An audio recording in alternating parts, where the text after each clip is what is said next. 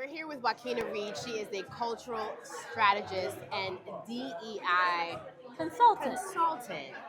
So I had to talk to you because people won't know, but we just had a fire conversation about almost the state of Black folk and voting and what's happening. And I started by saying, because you are a Louisiana native, and I said Louisiana is red all the way down. Mm-hmm. And I was trying to figure out, what is it that people want to know or hear, or why is it? Because number one, Louisiana, as we look at this spending package, is the number one recipient of Medicaid. Mm-hmm. When we look from education to economic instability, I can go all the way down. And what you said to me is, we got to stop the blame game. You stopped me dead in my tracks. But talk about why was that? What is it that we do that we need to stop doing when it comes to this? So I think there's a few things to consider, but the one I'm going to do some really oversimplification of brain science. When we think about some of the poverty levels in our state, in food insecurity, housing insecurity, lack of quality health insurance, underinsured, right? This is generations of redlining. This is a generation of anti-Black policy making. And it's forced a lot of Black people to be in a situation where they are very focused on getting through their day-to-day.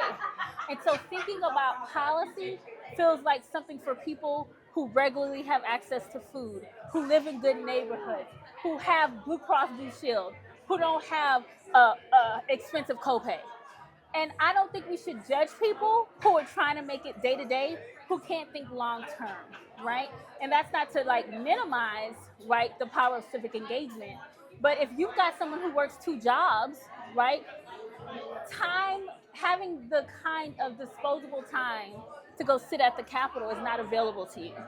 So let's stop blaming people for how they don't show up, and let's figure out how they can show up. So where do we start that from? What does that look like? I mean, one, I think for Black leadership, we definitely have to start thinking about reimagining the possibilities and the power of belonging. How do we make people feel comfortable in spaces, quite frankly, that I only feel comfortable in because I'm double degreed, right? So, okay, let's target those people who, for all intents and purposes, are usually judged or gatekept out of certain spaces. Because now we're in an all hands on deck situation, yes. Right?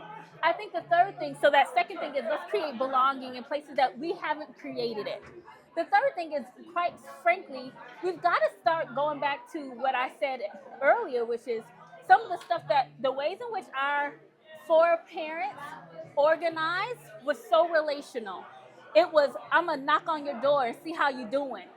You see what I'm saying? Because when we do that, there you go. We see the outcomes of it. I mean, we say a lot about multifaceted, multi-layered pyramid schemes of Mary Kay, but that stuff is effective. Why? Because it goes to that mom and says, we know your husband hates you and your children hate you, but you could get a pink Cadillac. Some side money with a pink Cadillac. But if you just sell this tonic, you'll get a pink Cadillac and your whole change. So it's that one-on-one. And I know 2 people with a pink Cadillac. There I don't know nobody else. So it's that one-on-one. It's that old way people used to galvanize other people. We've got to go back and sit on people's porches. Woo. So as a DEI consultant, right? Don't say it too loud. Right. Because listen. Break it down. I mean, I lived in a state where we had our own version of an anti-DEI bill, 685. It tried to pass. Thankfully, Black Caucus showed up and showed out. But I'm living in a world where my very job could be considered a crime anytime. And that's really, really scary. Last question. Right now, where's your headspace at? Like, as what do you see? What is a charge that you feel and that you want to give to people? I would say for Black people, the moment is upon us to really start thinking about how much we truly love Black people who are different than us, who maybe don't espouse to our same behaviors, who may don't wear things with red bottoms. I'm just saying. Pause. Okay. All right. We all go to sleep at night with a bonnet. That's my truth. That's my truth, sis. That's my truth, sis. That cuts across class. And it's red too. Right? Okay, go ahead. And so again, you think about the greats like Anna Julia Cooper, Callie House. These are people who were born enslaved. Ida B. Wells Barnett. Yes. Like your foremother in journalism. Yeah, absolutely. And these are people who were with people on the ground.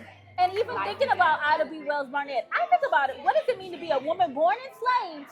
Because that part matters. Reporting on racial lynching when racial And lynching it's is happening. So that level of bout it courage is where we have to be.